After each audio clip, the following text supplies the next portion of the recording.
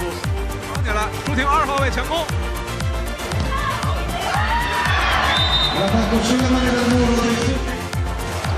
好球！好球！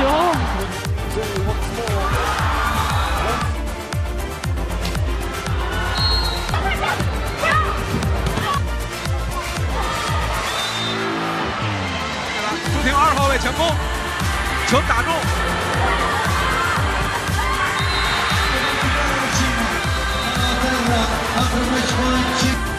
中国队第5个赛点终于拿下。又是在第1个赛点，第1个金牌点，中国女排夺得了冠军，太神奇了！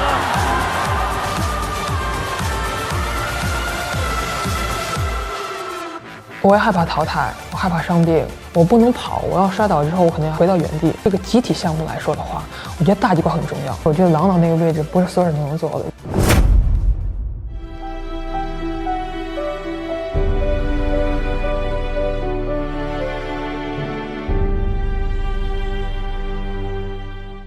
其实现在很多社会上的舆论和媒体都把你视为继姚明、李娜之后的下一个世界性的中国超级明星。面对这些赞美，其实你内心的真实想法是什么？刚开始听到还是很开心的。我觉得因为姚明大哥还有李娜姐，我觉得是风流人物，可以说是推动了中国体育很好的一个发展。你扪心自问来说的话，可能你自己跟他们的差距其实很大的。因为怎么说呢，就是外面的膨胀可能是给外人看的，然后内心的东西可能是只有自己知道。媒体肯定也是尽量说自己好的一些，因为毕竟可能自己在当打之年嘛。就这两天想一想，我觉得可能还是需要不要太浮吧，就是一步一步走。我觉得在这个集体中，我觉得可能我的犯的错误或者这种错误的话，可能会比较少吧。你指的这种距离是一种谦虚的说法，还是事实上你认为差距很大？因为就成绩而言，你现在毕竟才就像你说的当打之年嘛，才刚刚开始，成绩上你未必会比他们差。拿成绩说的话，可能也取得奥运冠军啊。但是如果论一些影响力或者论一些那种对社会的一种推动力的话，我觉得可能是我是在后边的。他们是你的一个方向吗？你认为？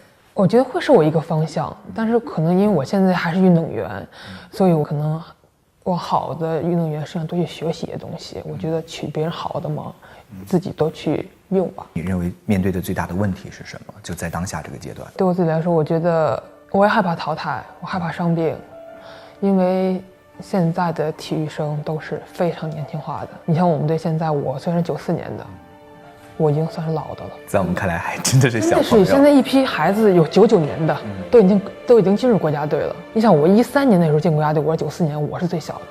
但是现在4年以后，只有99年已经变成最小的孩子。很多观众听了之后会觉得特别惊异，因为朱婷现在已经成为就是不仅仅是中国女排了的一个象征性人物了，然后你竟然害怕被淘汰。现在如果大家看那个比赛来说的话，就大家可能觉得朱婷的扣球了不像之前那么犀利了，然后拿分得分也不像之前那么从容。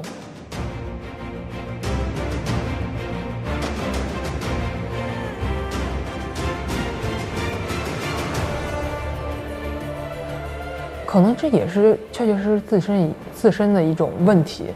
我觉得可能我确实需要通过教练通过队友的帮助，可能有一个新的一种打法，或者有一种新的一种战术的尝试，就是多充电吧。我觉得也是为了提高自己，也是为了给队里多做一份贡献吧。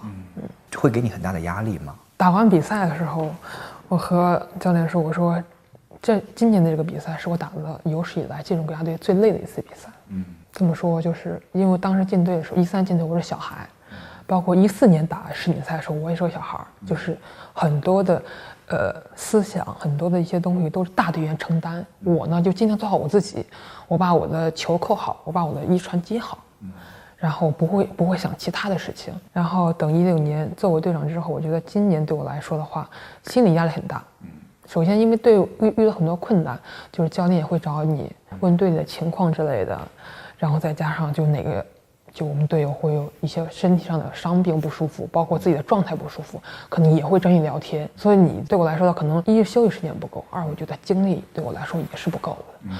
所以打完比赛了，就是很好朋友说，周你的黑眼圈明显已经掉到下巴壳了。晚上睡不好吗？会睡得不踏实。你昨天跟我说你都有掉头发，哇，很严重就是打比赛期间啊，就是就随便一扎，都掉头发都不行。现在头发越来越少，但是这其实是每个运动员我可能都面临的问题。现在几乎所有的舆论和媒体在评价你的时候，朱婷都是没有缺点的。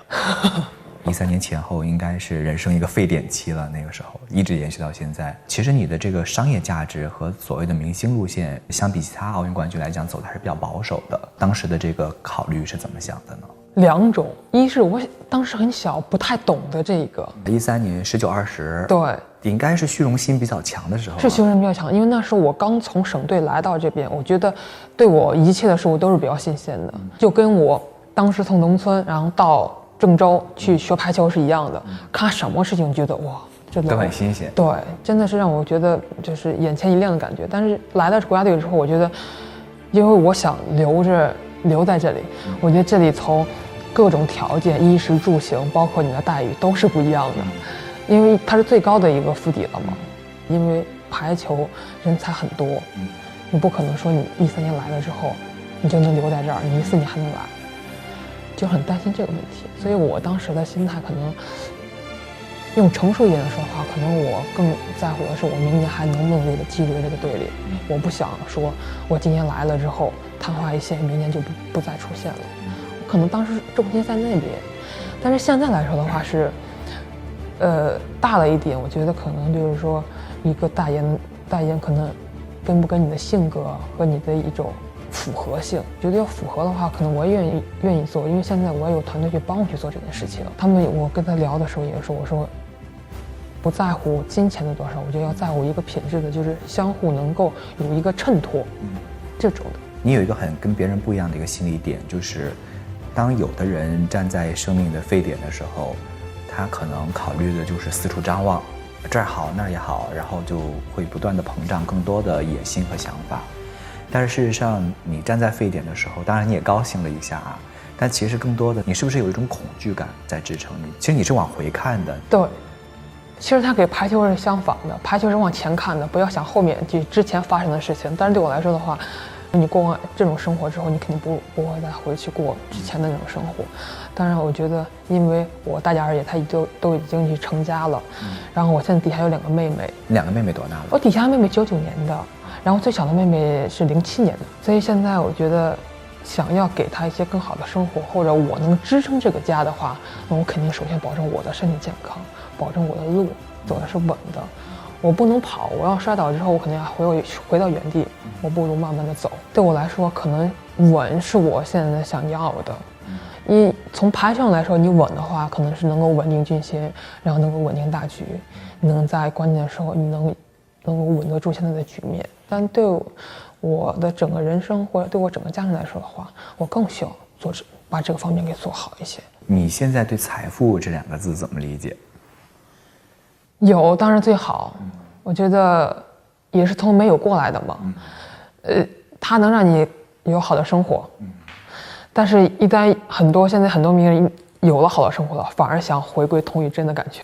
所以对我来说，可能我想做什么事情，或者想给父母一些物质上的基础，我会可能更安心，让爸妈觉得可能你就是我们所说的都是有钱，然后不怕去逛，不怕出去去玩，这种感觉。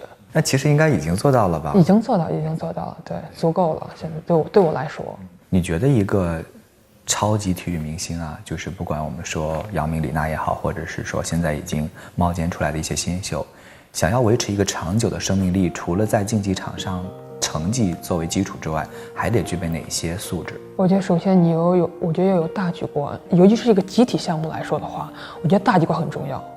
因为思想不会都会在一个点上统一，你需要招呼大家，笼络大家，在困难的时候或者在一些顶峰的时候，你能够带领团队能够做上去。再一个，我觉得就是可能还需要就是在大众熟知的情况下，你能为大众多做一些事情。站在这么一个位置上，你其实是想成为一个什么样的人？很多人想让我成为郎导那样的，但是我觉得郎导那个位置不是所有人都能做的，因为太累了。现在对我来说的话，我觉得排球可能我能支撑点，可能3届奥运会啊，就3个周期之类的。3个周期。对，但你要再结束排球之后再去执教，我觉得可能一是从身份的转变，二我觉得可能也是从状态、从思想转变，还要再去做之前做的事情。我不太想。所以其实郎平并不是你的方向。对。那你的方向是什么呢？其实我没有太想好。也之前也和朋友在聊这件事情。好的冠军就是体育生下来之后，人家选择执教，要么就选择在科室，但是好像现在没有我特别喜欢的一个位置。可能我觉得是现在这个阶段，也许过2年之后，可能人又会有一个阶段，又会有个思想。虽然说穷人家的孩子早当家吧，我觉得也不是这个方式来做的。我对身高真没要求，我想找一个就是那种不是独生子女的家庭。首先是鲜花长上所有的可以排球，实在太疼了，就是身上背上全是青的，没有坚持的做好下一分、下一分、下一分，一分的积累。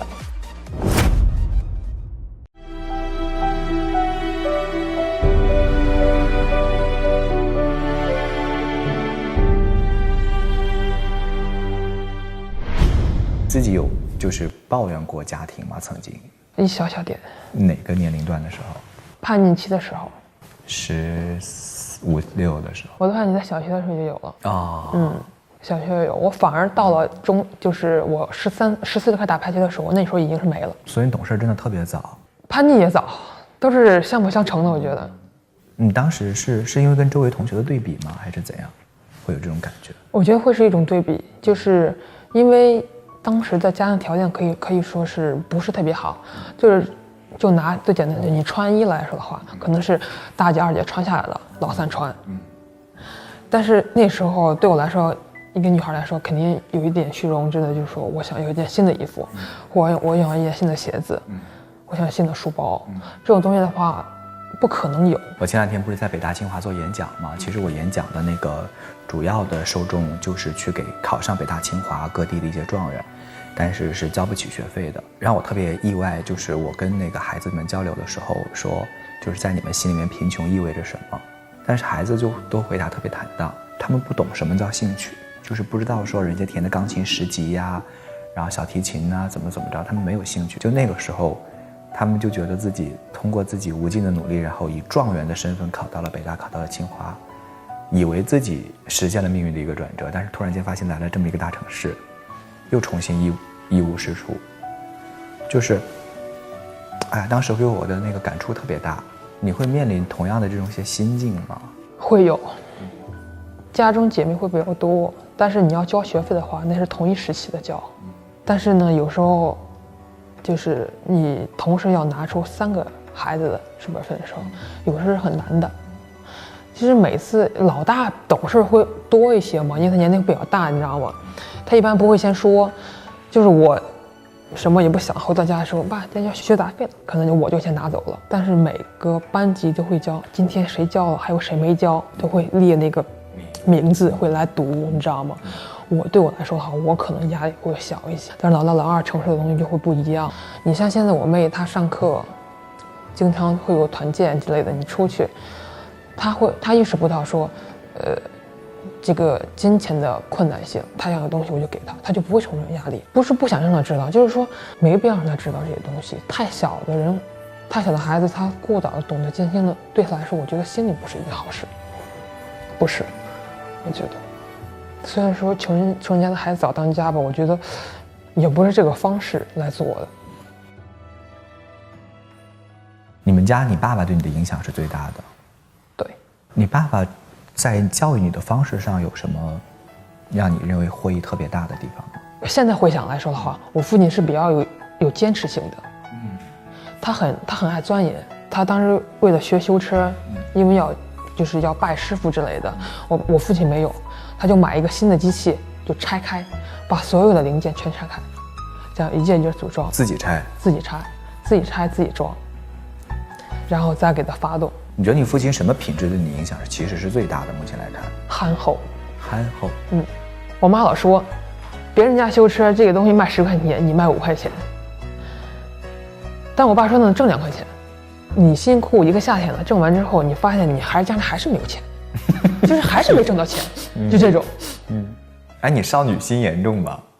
真实内心还好，其实。你理想的爱情是什么样子？肯定也像童话剧那样的，但是可能不会很现实。我想找一个就是那种不是独生子女的家庭的。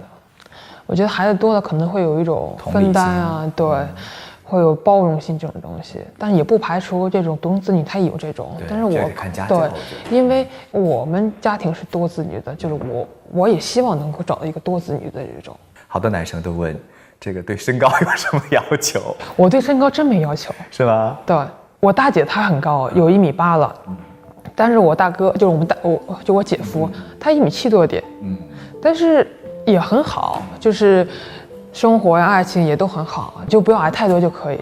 身高会曾经在某个阶段成为你的困扰吗？真的会，我觉得有利有弊，就是你在排球上就有困难，但是你身高高，你进攻拦网偏好，但你防守就不行。就是郎老说一句话，人家劈开个腿就比你站得高，你就没法做，真的。人家下去救球吧就很容易，但是你作为长腿下的，你要真的要分得很开，你才能下得去。但是你要分得很开，你就很慢，所以有利还有弊。最多就是你今天问我还穿个这种这种风格裤子，是因为它没有长的，你知道吗？你就放开它也不够长，真的是，你放开它也不够长。但是你不如给它扁上去，哎呀，笑死我了！其实你就很苦恼，真的。这样还时尚更时尚。对，因为现在你只有往时尚发展。对自己的这个像结婚生子这些事情有计划吗？就是有，比如说自己相对来讲有一个严格的时间表吗？这个倒没有太多的去计划呀，或者是我要在什么时候找到男朋友，什么时候领证，什么时候生子，我觉得这个都还没太去推荐。你会找到幸福的，就以你这个性格，真的。其实很多人现在把你当偶像，大部分都觉得是很多出身家庭平凡的孩子，然后看到了朱婷通过自己的努力改变了命运。努力这个我觉得就毋庸置疑啊。你觉得除了努力之外，对于出身平凡的人改变命运，还有哪一些点其实是需要自己掌握的？我觉得首先性格或者是那种要踏实一些的，你不要想着去说我在这世界上做2年，如果没有好的收获之后，我要换一种行业，换一种之类的。我觉得这个，我觉得可能会有一部分人是这样想的。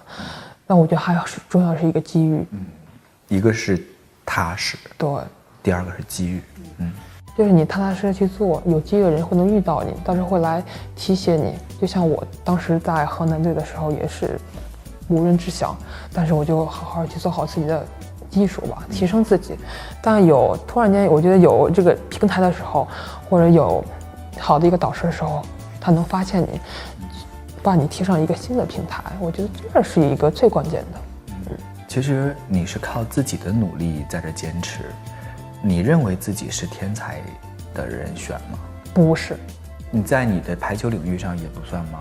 不算，就是我当时刚排球又黑又瘦，就是你跑个田径场一圈400米你都跑不下来的那种，就是我当时选择排球之前，我去过篮球教练那里，说这还不行，太瘦了，就是不经壮，因为我的臂比较长，我去过那个皮划艇，他们这孩子肯定是练不起来的，他说没有肌肉，这要练的话，肯定就是说短时间内不会出好的成绩，也不要。然后我那个招生办主任说，那现在只能选择一个，就是说没有，就是身体冲撞的一个项目，可能就是排球可能会好一些，但是，并不像说大家说的你是个天才，你看到这个球的时候，你会有一种感觉，会有什么？我当时都没有。教练教你什么动作你就去练，就一直去做，一直去做，一直去做。所以外界其实所谓把你归为排球天才，更多的就是因为身高而已。对，他就看你的先天条件，你的身高、你的臂长、你的协调能力。但其实像你这样条件的人多吗？选手多。因为你排球的话，都需要就是瘦高高的，要协调性的。你现在回头自己看，当然时间也没有多长啊，但是因为你经历的事情比较多，你自己的成长你会分为几个关键的节点？可以说是2个。2个。一是我觉得我有这个机遇去到河南去练排球；2我觉得是有一个怎么说呢，是郎导回归，他看到了我现在鲜花掌声岁月的归于排球。所以说，整个是一个排球改变了我现在的一个轨迹，人生轨迹。能说排球是你面对命运的唯一出路这句话吗？现在来说的话，更为恰当，我觉得。你早期的时候在练排球的时候，有没有一些时候，不管是因为什么原因，其实是不想坚持的？有，挺多还，真的挺多。当时小，真的，现在回想起来，我说还好没有放弃啊。要放弃的，我真的是后悔要死不及，因为比较瘦，你要练习倒地，知道吗？真的性格好可爱。结果你要练习滚翻，但是你磕在木地板上，你的胯、你的腰到你的肩，本身动作不熟悉的时候，真的很疼。你要翻滚过去吗？我说农村孩子应该能吃苦吧？就看着我学那个倒地，摔得太疼了，就是身上背上全是青的。我现在胯上全是那之前摔的黑的下不去的。现在也是，现在都是，全是黑的。你看现在肘什么关节都是之前磕的，看都下不去，都下不去，因为经常摔嘛，你经常要摔的。所以这个当时学这个时候，我说我爸把我接回去，我爸说你再坚持一会儿吧。你爸让你坚持？对，爸你再坚持一下吧。我太累了，我打电话天天哭，你知道吗？我真是天天哭。我说当时还好兜着没钱，有钱我自己买车票就回去了。我快不行了。然后我爸坚持一周，一周发现就是跟队友嘛就玩开了嘛。然后一周坚持1个月之后，发现他其实还挺好玩的。我觉得那时候排球是最快乐、最天真的时候。所以其实不是排球是面对命运的唯一出路啊，是坚持才是你面对命运的唯一出路，也是所有人啊。其实，对，首先我觉得一个坚持贵在坚持嘛。就郎朗也说，就是说我们要坚持打好每一场球，即使我们没有希望，我们要坚持的做好下一分，一分分的积累，说不定你就可以顶得上去。我觉得这段谈话也特别好，就是有的时候我们向观众传递一些信息的时候，特别容易站在一个成功者的角度去说，哎，我当年是怎么坚持的。所有人在坚持过程中都想过要放弃，但是重点还是要坚持下去。你在练，我也在练；你在打球，我也打球。我没必要还没打的就先恐惧你，就是你再好的拦和防，你不如一个大炮手一直持续的攻。我觉得郎导的伟大在于他的情感，不管是身份的转变还是一直在排球场待着，我觉得排球是我生命的底色。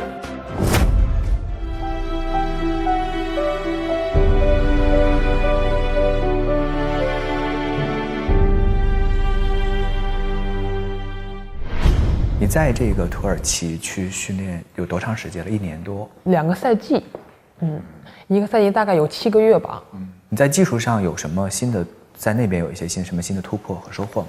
观念不一样。首先，他们俱乐部来说的话，和咱们俱乐部还有一定区别的。你包括一些训练的方法和一些训练的就是那种技术吧，我觉得是不一样的。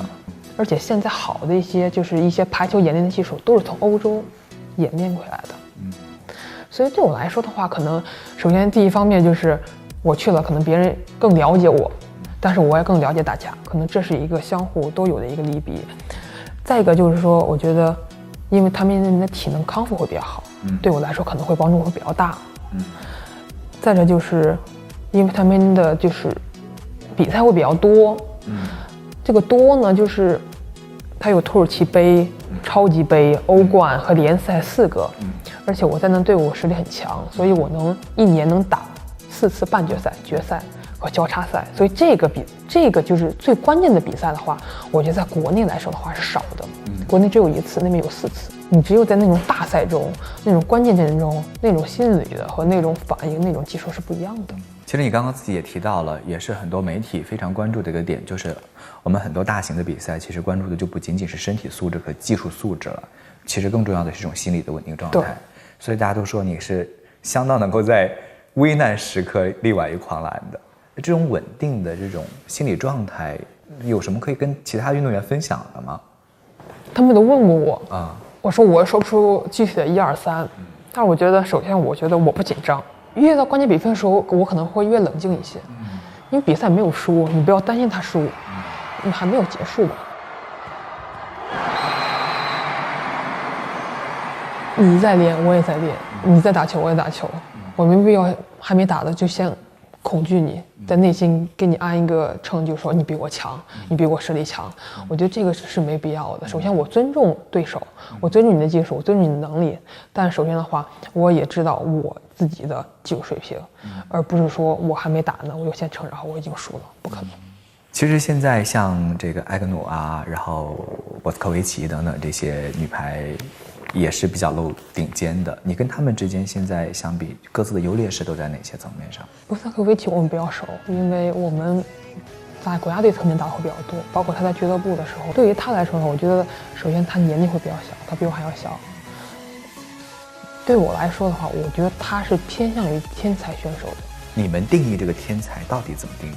就是说我今年看你打球，哎，他只会扣斜线，但是转年之后我再看，他会有很多的线路。其他选手来说的话，他可能需要2年，或者更长的时间，但他可能会需要更短的时间来丰富自己的一些技术。我觉得这是他的优势。但是作为国家队这个层面来说的话，我觉得我的优势是我们的集体，因为我觉得我们无论在任何时候，我们集体的能力就是发挥这种东西来说的话，是超越6个人、7个人甚至8个人。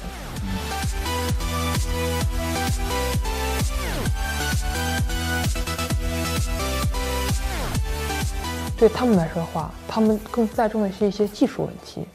但是我觉得我们从心态来说的话，我觉得可能会做得更好一些。艾格来说的话，我觉得他是一个新星。首先，我觉得他有很好的身体素质，大家都说黑人的身体素质偏好的，对，所以弹跳是比较对，高的，弹跳能力真的很强。我觉得这是他的优势，而且他在意大利国家队，所有的运动员全在保证他的功，等于说以他为核心的去演练一些技术。我觉得他作为意大利来说的话，是可以说是主要的得分人了。他能嗨的能力很强，就是说不管什么球，你交给我，我能给你拿分。就是你再好的拦和防，你不如一个大炮手一直持续的攻。我觉得这可能是目前所有的队伍吧，研究主要进攻人头疼的一个问题。那你接下来提升的一些技术上的关键点是什么？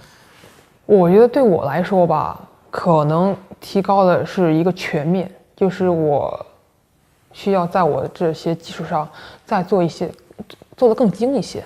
因为我现在很多技术可以说有强的能力，对，但我觉得精不够。而且你现在作为一个大队员了，可能现在需要自己多想的或多做的，可能偏向于更精一些的。2020年，我们现在有一个其实开始做一些初步的规划和目标了吗？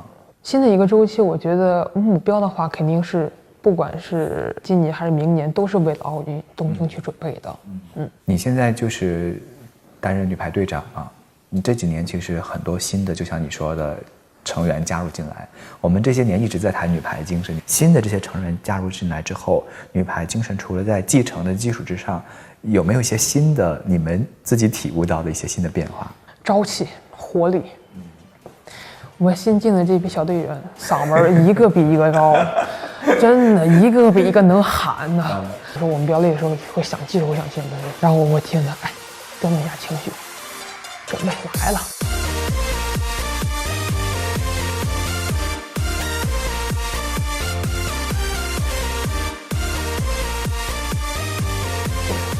就该喊起来了，就是这个是我们就是一些老队员或者是不如他们的地方，确实，他们就不管三七二十一，我就跟你喊，我就先把我的声音和气势压倒对方再说。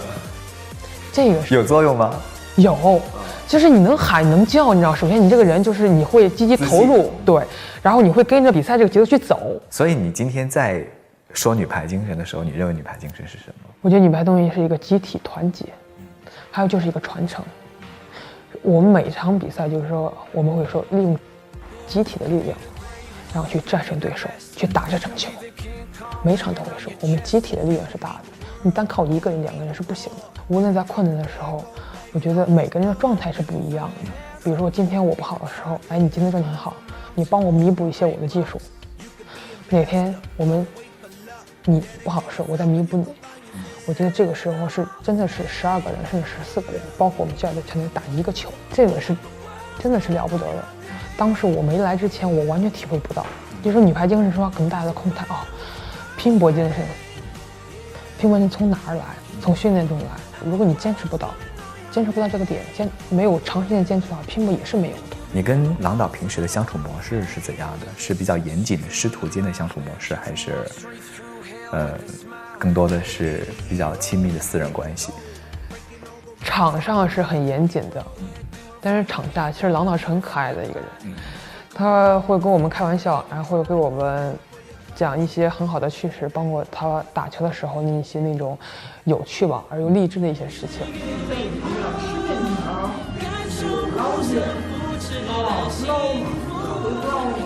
就是郎导就对我们来说的话，确实像一位母亲，但这个母亲可能给就是正常的母亲是不太一样的，就是说她担心你的事情，就是照顾你或者之类的是要比真正的父母要多得多。因为真的是长年累月的都在郎导的带领下去做，很多事情都是队里去帮忙去做的，很少让真正的父母去操心这件事情，真的是这样。所以朱婷，你的理想是想当一名伟大的运动员是吗？你怎么界定伟大的运动员？你认为郎导伟大吗？在我心目中他是伟大的。对，首先我觉得因为大家所认为的伟大，可能如果你说郎导是可能郎导这种敬业精神，从运动员到教练员，然后到带领这么多个运动员或者队伍夺得过冠军，然后可能更多人视为这种是伟大。我觉得郎导的伟大在于他的情感。情感？对，因为打排球人可能都知道，因为郎导之前20几岁退役，然后去美国留学，然后执教过意大利，执教过美国，但是他最后还是回来执教中国。就是在他现在就是他的真的是很多伤病的时候，依旧去场地里给我们做示范，跟我们去讲，跟我们去做，然后去指导我们。我觉得这个是我认为的，就是一个人真的是从始至终在坚持做一件事情，不管是身份的转变还是一直在排球场上待着。我觉得这是郎平率领中国女排，时隔16年之后，再次杀进世界锦标赛的冠军争夺战。就是在你心目中，朱婷想活成一个伟大的运动员，其实是一个什么样子的？要有奉献的一个精神，在支撑着自己的身体和精力去，不管你是在任何的时间或者在任何的位置上，我觉得你既然喜欢这个事情，就一直把它做下去，至始至终。然后我觉得不要有任何的间断性，然后同时我觉得你要有一定的怎么说呢，就是感情吧，然后多去投入。我觉得这种坚持的话，对我来说可能是我想表达的。排球就是你一生的理想吗？对，我觉得排球是我生命的底色。你只有在底色更好的时候，我觉得亮色打上去，底色才会更加的光亮。对，它已经是了，我觉得已经是了。